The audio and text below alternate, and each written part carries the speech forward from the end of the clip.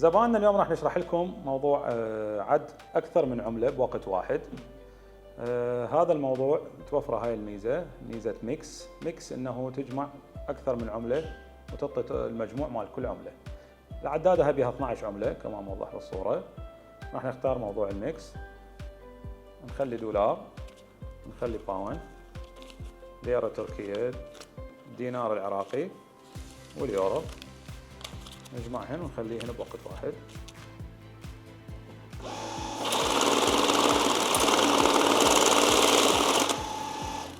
حطتني هسه الدولار 23 ورقة 2300 دولار، العراقي 18 ورقة 550 ألف، اليورو 17 ورقة 900 يورو، الباوند 3 ورقات 80 باوند، والليرة التركية 6 ورقات 600 ليرة.